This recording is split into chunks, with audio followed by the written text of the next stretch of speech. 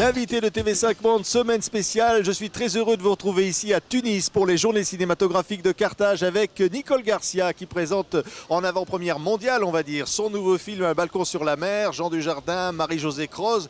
Une histoire de mémoire qui nous amène à Oran, mais qui se passe aujourd'hui. Enfin, on peut dire que c'est l'histoire d'un homme et d'une femme qui se rencontrent, qui sont connus dans l'enfance, mais étrangement, ils n'ont pas les mêmes souvenirs. Et c'est peut-être pour ça qu'ils vont pouvoir s'aimer. Oui. Et ils sont amoureux de leurs souvenirs, en quelque sorte. Oh, je dirais pas ça. Je dis que l'un des deux a complètement occulté sa mémoire.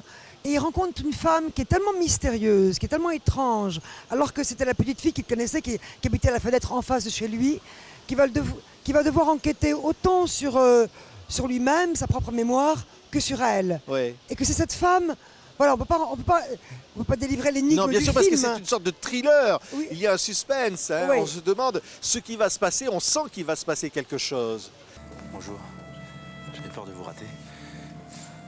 Tu me reconnais? Oui. Cathy.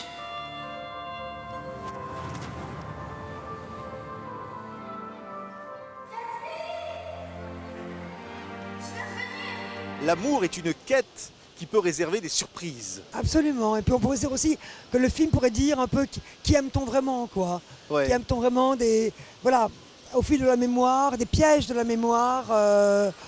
Voilà, mais on peut pas dire beaucoup plus de ça, mais on peut dire effectivement que c'est une histoire qui est comme vous le dites, un thriller, des sentiments, quelque chose qui est une enquête, disons, peut-être plus qu'un thriller, une enquête sur les sentiments et sur cette femme mystérieuse qu'il rencontre et lui qui a mis tellement de distance entre sa mémoire et son enfance, elle va l'immener, quoi. Ouais, elle va l'immener à cette reconnaissance de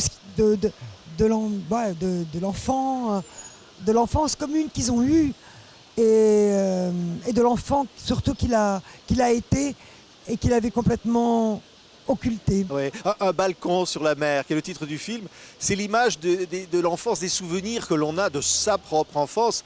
Oran, c'est l'enfance des personnages dans le film. Vous êtes né, vous, en Algérie aussi, Nicole Garcia. C'est un peu un retour sur vous-même aussi, un film comme celui-là. Un retour sur moi-même, en tout cas, je sais pas, je dirais peut-être que c'est comme une manière de... Je pense pas, je me suis toujours dit que l'histoire des personnages aurait pu se passer ailleurs. Mais c'est vrai que c'est le lieu où je suis né. Et peut-être que c'est pour ça que j'ai fait le film. Ouais. Mais en fait, c'est pas ça. Ça n'a pas été mon désir premier dans le film. Il y a eu d'autres thèmes. Thème de la place, à quelle place est-on quand on est enfant, Mais il y a de aussi, l'amour, de la oui. difficulté des chemins amoureux. Mais il y a aussi la guerre d'Algérie qui va détruire les souvenirs et l'enfance de ceux qui vont quitter ce pays et qui retrouvent finalement ce qui n'existe plus à un moment donné. Il y a une sorte de déflagration due à l'histoire. Absolument, voilà. C'est-à-dire que l'Algérie me donnait aussi la possibilité de raconter quelque chose de beaucoup plus violent et donc romanesque, quoi, dans l'arrachement de toute une population d'ailleurs. Mais enfin, encore plus des enfants qui n'étaient pas au courant des décisions de leurs parents et à qui on disait un matin, on part. Et donc on quittait son ami d'enfance, son ami intime, sans même avoir le temps de lui dire au revoir. Donc c'est ces conditions-là, à la fois de violence, qui sont celles de la guerre et qui donnaient les conditions romanesques du film et qui expliquaient effectivement que la mémoire confuse que ces personnages en ont génère toute l'histoire du film. Oui. Et Nicole Garcia, il y a le théâtre aussi, parce que le personnage féminin fait du théâtre. Et on se joue finalement de soi. On s'invente des personnages que l'on n'est pas aussi. C'est ce jeu de masque un petit peu, hein, qui vous a certainement intéressé aussi. Oui. Ce qui m'intéresse, c'est plus que le jeu de masque, et puis surtout tout ce qui est autour du thème de la substitution. Voilà, on prend prendre la place de quelqu'un, se faire passer pour quelqu'un d'autre. Pourquoi est-on obligé à ça? À quel jeu on joue? À quelle extrémité on est poussé plutôt dans le film pour le faire? Et quelles sont les conséquences quelles sont les conséquences amoureuses de ça? Et le personnage féminin, forcément ambigu. Vous avez souvent dans vos films des personnages féminins incroyables, d'ambiguïté, d'ambivalence à la fois. Oui. Oui, à la fois pleine d'allant, pleine d'énergie. Et, enfin, oui. Marie-Josée Crowe joue très bien ce personnage, à la fois très, très opaque et très vulnérable en même temps, avec à la fois avec une détermination assez grande et en même temps qui se font un peu bousculer et salir par certains personnages qui doivent... Et le temps du film est un peu le temps de leur délivrance. Ouais. Et Jean Dujardin est ce personnage rangé qui va se trouver bousculé par ce passé qu'il rattrape en quelque sorte. C'est-à-dire qu'on n'est jamais vraiment tranquille. Hein, on Jamais peut être tranquille, rattrapé par la vie. Tout est hein. instable, tout est instable. Ouais. Vous êtes gauchère? Je voudrais voir Madame Mondonato, s'il vous plaît. Cette femme, tu la connais? Mondonato? Non? Tu veux faire quoi maintenant? La dénoncer à toutes les brigades de France? Si tu veux pas être avec nous, tu pars. Tu es où? Nulle part. Maintenant, tu t'en vas. Ne cherche plus à me revoir à rien. Je t'interdis. Tu m'entends, Marc?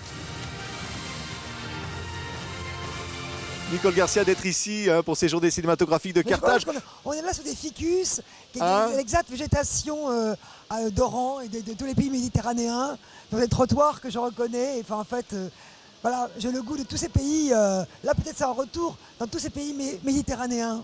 Ouais. Et de réserver votre film, je disais, en avant-première mondiale, de le présenter pratiquement pour la première fois au public ici.